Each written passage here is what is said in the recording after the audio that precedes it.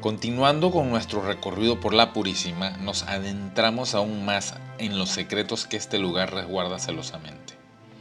En lo más profundo de Baja California Sur, entre cañadas y oasis ocultos, se encuentra un pueblo donde el tiempo parece haberse detenido. El oasis de la Purísima es una maravilla natural en medio del desierto. Desde tiempos ancestrales, sus aguas han permitido el desarrollo de la agricultura y la vida en la región. El oasis de la Purísima es uno de los lugares más impresionantes y menos conocidos de la península. Este oasis está en una zona desértica, pero a pesar de la aridez del paisaje que lo rodea, ofrece un refugio de vida y agua, lo que lo convierte en un punto esencial tanto para la fauna como para las personas que han habitado esta área a lo largo de los siglos. Para aprovechar este recurso, los habitantes han mantenido un ingenioso sistema de riego basado en acequias y canales que distribuyen el agua entre los campos de cultivo. Este sistema, heredado de las épocas de las misiones, ha sido clave para la producción de frutas, hortalizas y forrajes para el ganado. El sistema de riego de la Purísima es una obra de ingeniería tradicional que ha permitido la subsistencia de la comunidad en un entorno árido. Aprovechando las aguas del oasis, los pobladores han construido canales de tierra y piedra que distribuyen el agua en los campos de cultivo, asegurando el crecimiento de palmares, huertos y pastizales para el ganado.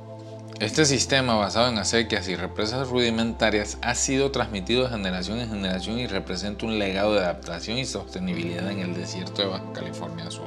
A lo largo de los años, el mantenimiento del sistema de riego ha requerido el trabajo comunitario, especialmente en la limpieza de canales y la regulación del flujo de agua. Aunque en tiempos recientes han surgido métodos más modernos para la irrigación, muchas de las técnicas ancestrales siguen vigentes, demostrando la importancia del conocimiento tradicional en la conservación de los recursos hídricos. Gracias a este sistema, la Purísima ha mantenido su identidad como un oasis fértil en medio del desierto, proporcionando sustento a sus habitantes y preservando un equilibrio ecológico único.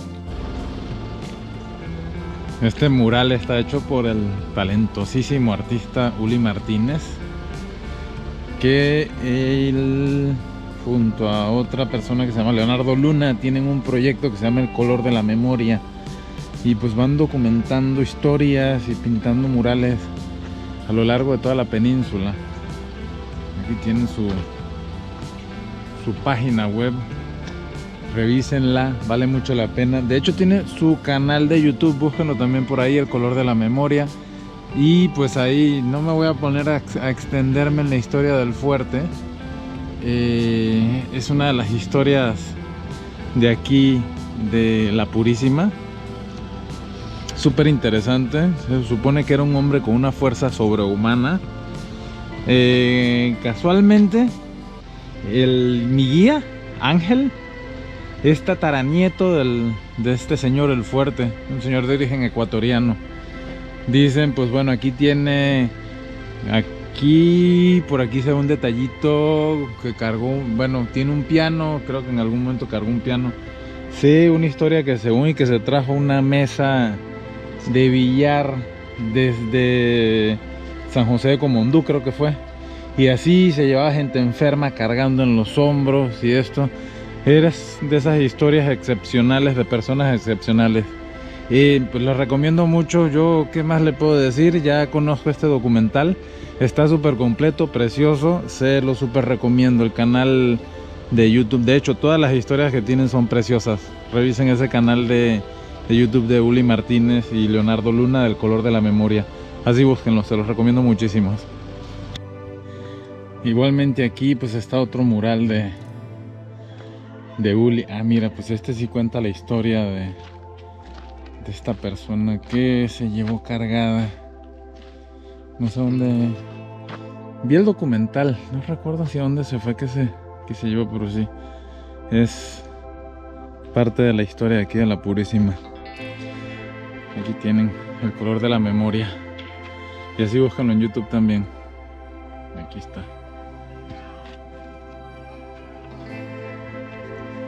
Muy talentoso artista local.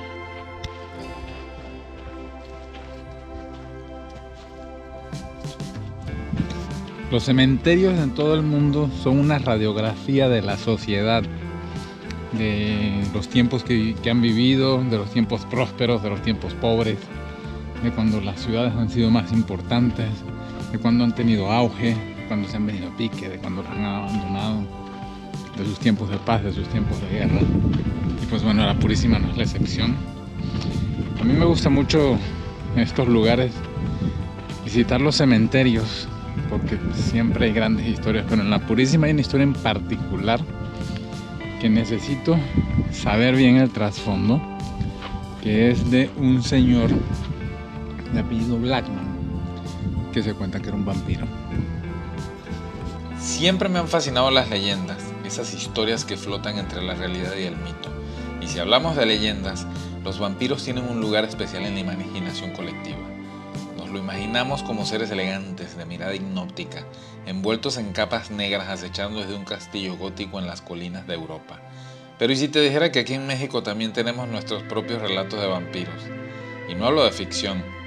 En Baja California Sur existe una historia que ha persistido por generaciones, la leyenda del vampiro Blackman. Todo comienza a finales del siglo XIX y principios del XX, en La Purísima. En su cementerio hay una tumba con un nombre que resuena en los murmullos nocturnos, Loreto de Blackman. Ella era la esposa de Arthur Charles Blackman, un enigmático ingeniero mecánico que llegó desde Estados Unidos para trabajar en las minas de la región. Nadie sabe con certeza cuándo puso pie en La Purísima, pero lo que sí es seguro es que su sola presencia inquietó a los pobladores, siempre vestido de negro, reservado, con una mirada que parecía atravesar el alma. Dicen que hablaba poco, que sus pasos eran sigilosos y que evitaba la luz del sol. Ahí, entre las polvorientas calles del pueblo, conoció a Loreto Osuna, una joven de familia acomodada. Se enamoraron y se casaron construyendo juntos una vida en aquel rincón olvidado del mundo. Pero el destino es caprichoso. En 1912, Loreto quedó embarazada. La felicidad era palpable, pero no duraría. Una noche, los dolores llegaron demasiado pronto. Arthur, desesperado, la llevó rumbo a la ciudad de Loreto, esperando encontrar ayuda. Pero el viaje fue demasiado largo. Loreto y el bebé no sobrevivieron. Blackman regresó a La Purísima con la mirada vacía. Mandó a construir 2 mausoleos blancos en el cementerio, donde depositó los restos de su esposo y su hijo que nunca nació. Desde entonces, algo en él cambió para siempre. Las habladurías no tardaron en comenzar. Decían que ya no era el mismo, que se le veía vagando por las madrugadas, pálido, espectral. Se rumoraba que recolectaba sangre de animales y que almacenaba en frascos dentro de su casa. Nadie lo veía comer, ni trabajar, ni envejecer. Con el tiempo, los susurros se convirtieron en afirmaciones. Es un vampiro, decían los lugareños. Y así nació el mito del vampiro Black. La historia cobró más fuerza cuando alguien aseguró haberlo visto en un barco antiguo, cargado de ataúdes, navegando hacia la oscuridad con el cuerpo de Loreto a bordo. Se dice que antes de morir en 1921, Arthur hizo una declaración inquietante. En 100 años renacería en un niño de La Purísima y cobraría venganza por lo que le hicieron. Si hacemos cuenta, según la leyenda, Blackman ya habría renacido y su venganza aún no ha comenzado. Ahora la pregunta es, ¿cómo separar la verdad de la leyenda? Hace algunos años el investigador Gilberto Manuel Ortega Vilés escarbó en los archivos en busca del hombre tras el mito. Descubrió que Arthur Blackman realmente existió. Nació en Iowa en 1875 y llegó a México en 1909. Se casó con Loreto en 1910 y ella murió en 1912, pero no durante un viaje, sino en la hacienda donde vivían. Blackman no falleció en 1921 como dice la leyenda. Regresó a Estados Unidos, se casó de nuevo, tuvo hijos y vivió hasta 1959. Su cuerpo descansa en un cementerio de San Diego, California. Entonces, ¿quién está enterrado en ese mausoleo sin nombre junto a la tumba de Loreto en La Purísima? Algunos dicen que es el padre de Loreto, el juez José Osuna, pero nadie lo sabe con certeza. La historia del vampiro Blackman, tal como las conocemos hoy, parece haber nacido en los años 2000, cuando un maestro local comenzó a contarla para atraer turismo, y funcionó. La leyenda se extendió y hoy sigue viva en la memoria del pueblo. Al final, quizás Blackman nunca fue un vampiro. Fue solo un hombre que perdió el amor y con ello su humanidad. La mente humana siempre necesita respuestas, necesita convertir la tragedia en misterio y el dolor en mito. Nos podemos dar cuenta de la diferencia de épocas y la diferencia de clases sociales. Esta sección me recuerda un poco al cementerio chino del Triunfo. Estos ladrillos, estas tumbas hechas de adobe cocido, Tienen un encanto muy particular estos cementerios de aquí de la región. Preciosos para hacer miren estas cosas. Un detalle triste de estas tumbas es que, por ejemplo, muchos datos que hay de información son las tumbas cuya información está escrita en concreto. Pero estas tumbas tenían un tesoro enorme, porque las placas de información, los epitafios y todo esto, estaban en cobre y bronce, y pues todo eso se lo robaron. Pero son verdaderos, son verdaderos monumentos y no sé, pues tienen,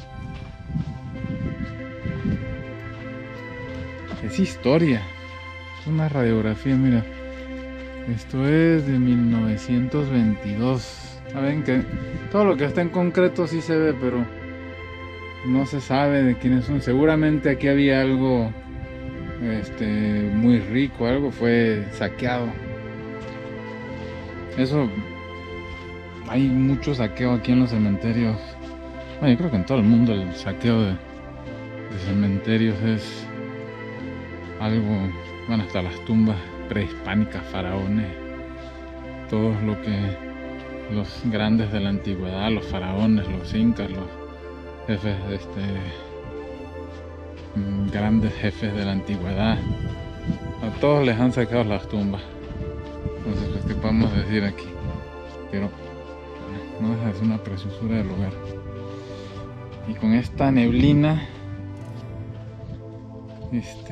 le da un aura más. Mira, por ejemplo, esta es una de las pocas que quedan de metal.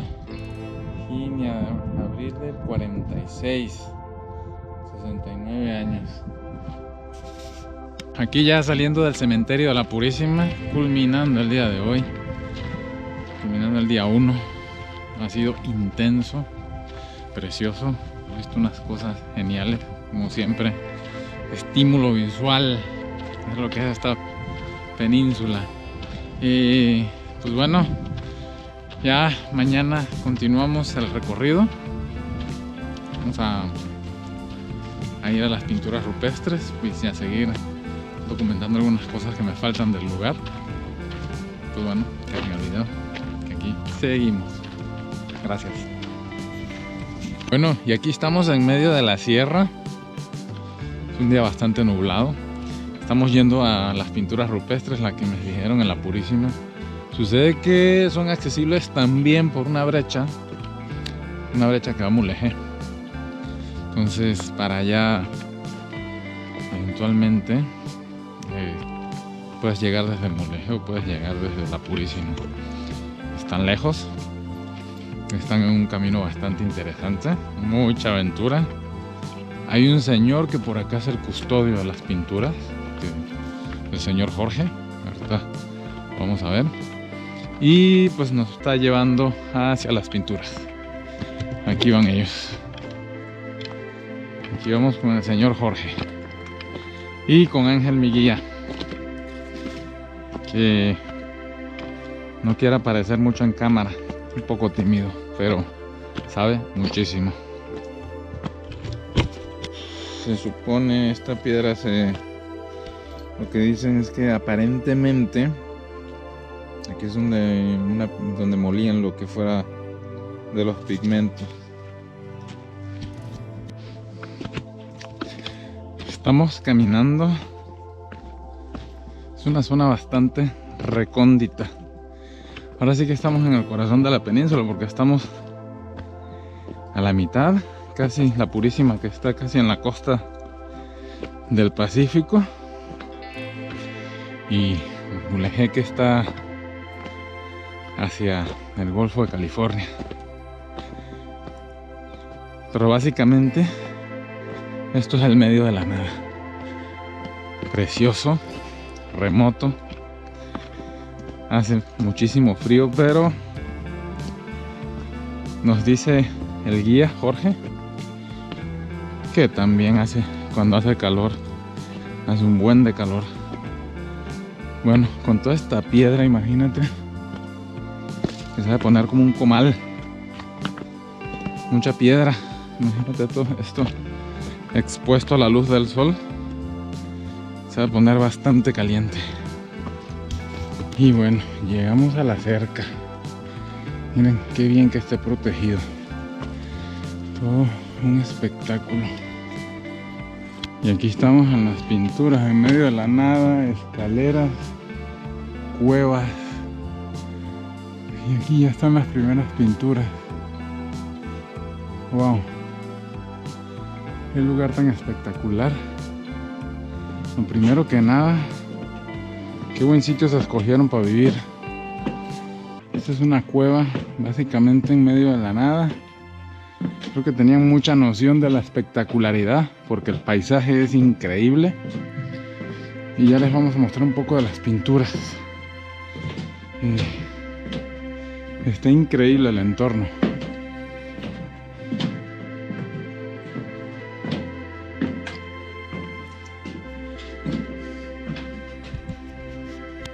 Las pinturas rupestres de El Chavalito se encuentran cerca del rancho El Ceribal, un sitio de gran relevancia arqueológica dentro del vasto conjunto de arte rupestre de la península de Baja California.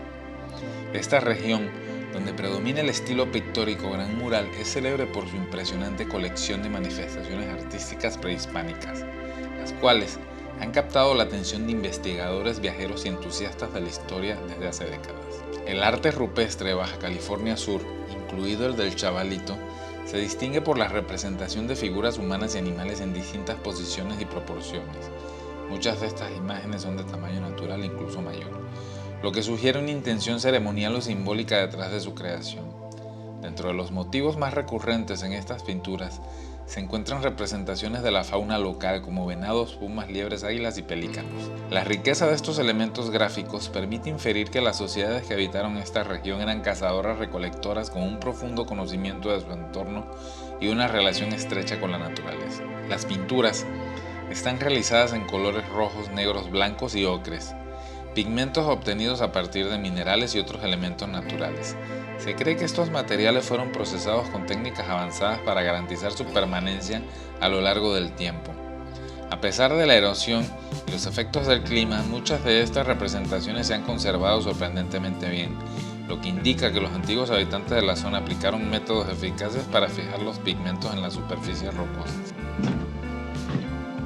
Estos lugares, pues definitivamente. Estoy aquí en medio totalmente de la nada. Nada más me imagino en qué pensaban, en cuál era la cosmovisión de estos seres que vivían aquí, de estas personas que dejaron este arte, que algo significa, ¿no? Puedes deducir animales, habían muchos animales, o sea, definitivamente era parte importante de su vida. Pero los mensajes, ¿no? Y cómo alguien puede llegar. Es que si tuvieran idea de lo remoto que es esto, o sea, yo creo que hasta incluso para términos de aquella época debía ser muy remoto. Esto es la nada completamente. Pero pues es un lugar también con una paisajística. Se dieron el lujo de escogerse una de las mejores vistas que puede haber aquí en la península. Y pues bueno, no sé, pues era otro mundo. Me imagino que aquí podían ver los venados pasar, no sé, lo que comieran.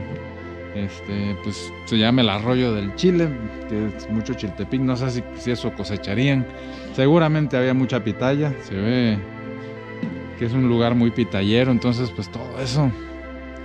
Pero qué cosa tan impresionante, y cómo el humano puede adaptarse a vivir en estos lugares, cómo hemos llegado a todos lados, para bien y para mal.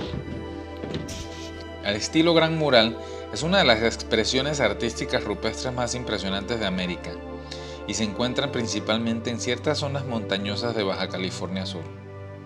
Este estilo se caracteriza por sus representaciones de gran tamaño, su policromía y la complejidad de sus figuras, lo que lo distingue de otros conjuntos rupestres en México. Una de las características más destacadas del estilo gran mural es la representación de figuras de gran tamaño. A diferencia de otros estilos rupestres donde las figuras suelen ser pequeñas o esquemáticas, En el gran mural los animales y los seres humanos pueden alcanzar tamaños monumentales, a veces superando los 2 metros de altura. Esta magnitud sugiere una intención ceremonial o simbólica detrás de su creación. Además, estas pinturas están realizadas en una rica paleta de colores, incluyendo el rojo, negro, blanco y amarillo ocre, pigmentos obtenidos a través de minerales naturales. Las técnicas utilizadas para aplicarlos han permitido que estas imágenes resistan la erosión durante miles de años, lo que demuestra una habilidad avanzada en los artistas. El estilo gran mural es exclusivo de la península de Baja California, donde se han documentado cientos de sitios con pinturas rupestres. Este estilo es considerado uno de los más importantes y representativos de la región, ya que no se encuentra en ningún otro lugar del mundo. Aunque no se tiene certeza absoluta sobre el significado de estas pinturas, se cree que están relacionadas con rituales religiosos, chamanismo, mitología ancestral y la transmisión de conocimientos sobre fauna local.